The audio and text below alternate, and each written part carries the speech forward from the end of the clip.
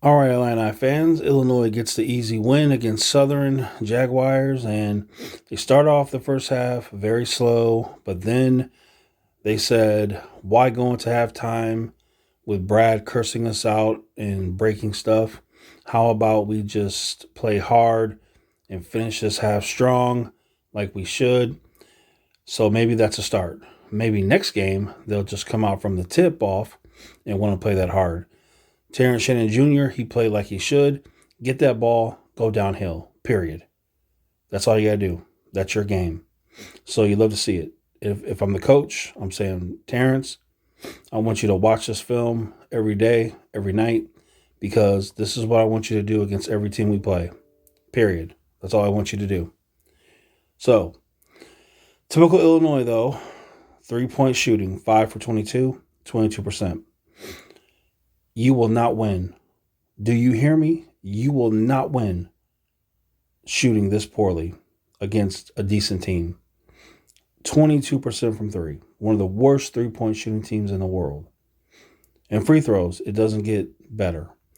11 out of 17, 64%. They mentioned a stat.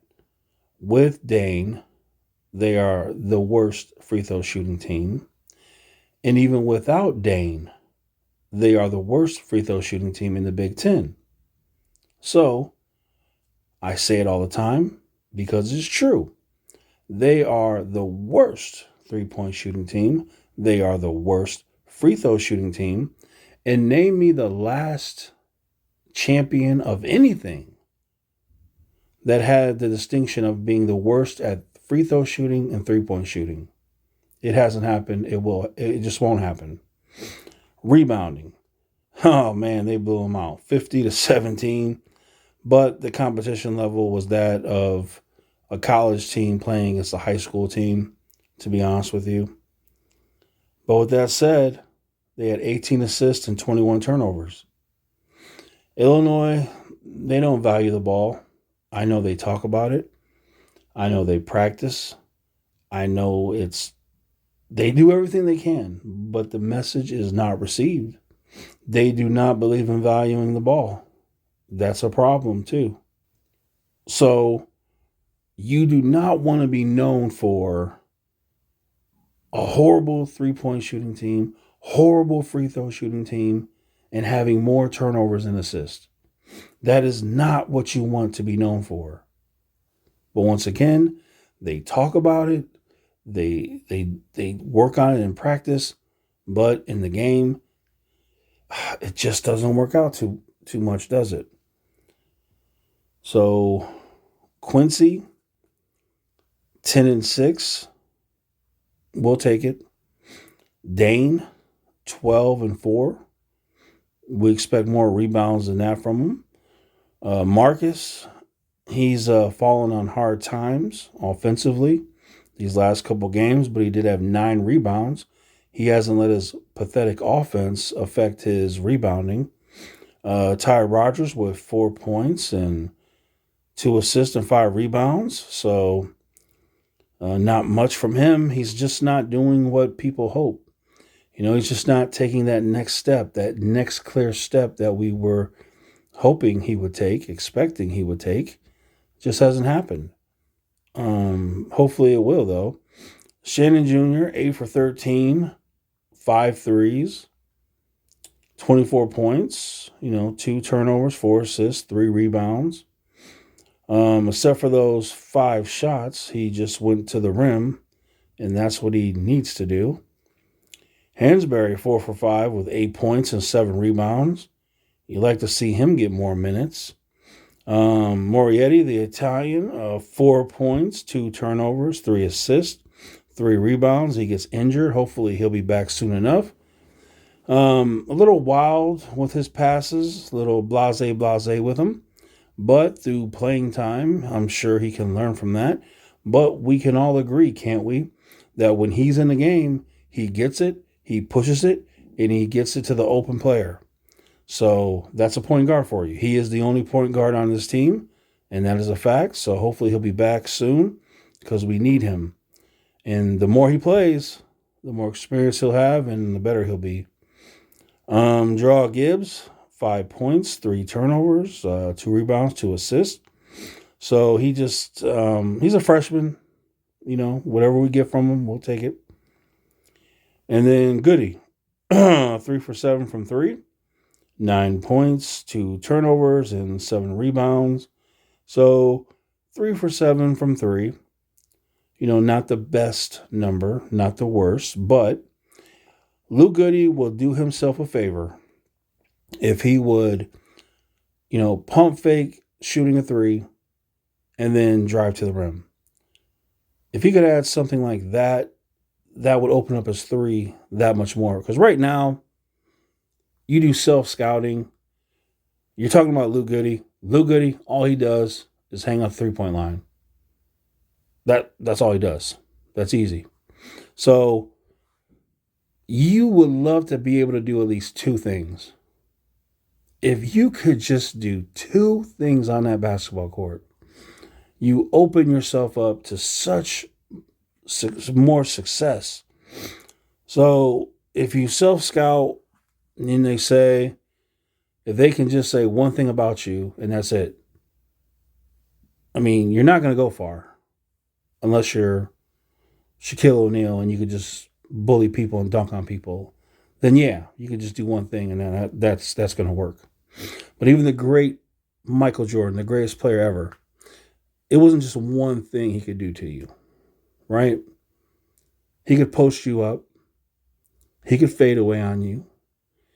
He could drive to the rim on you. He could make a free throw. So multiple things he could do to you. So for Luke, and I would advise this for every player on the team, come up with 2 things that you can do offensively. All right? That's great advice. All right, so there it is. Now, who are they playing next?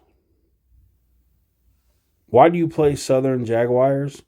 You play them because they get money to play you. It's like charity.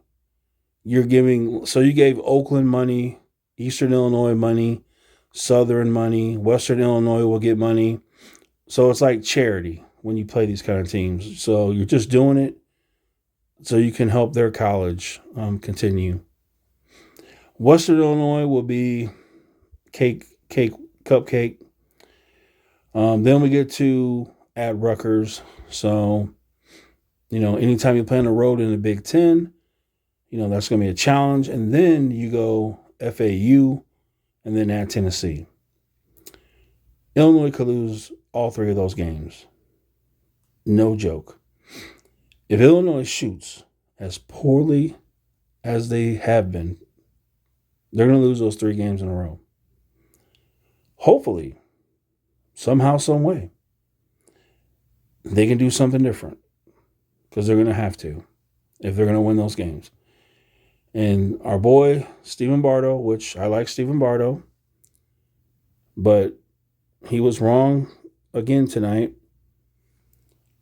talking about playing Marquette and that we should all be so thrilled. It was a sensational game. It was so outstanding.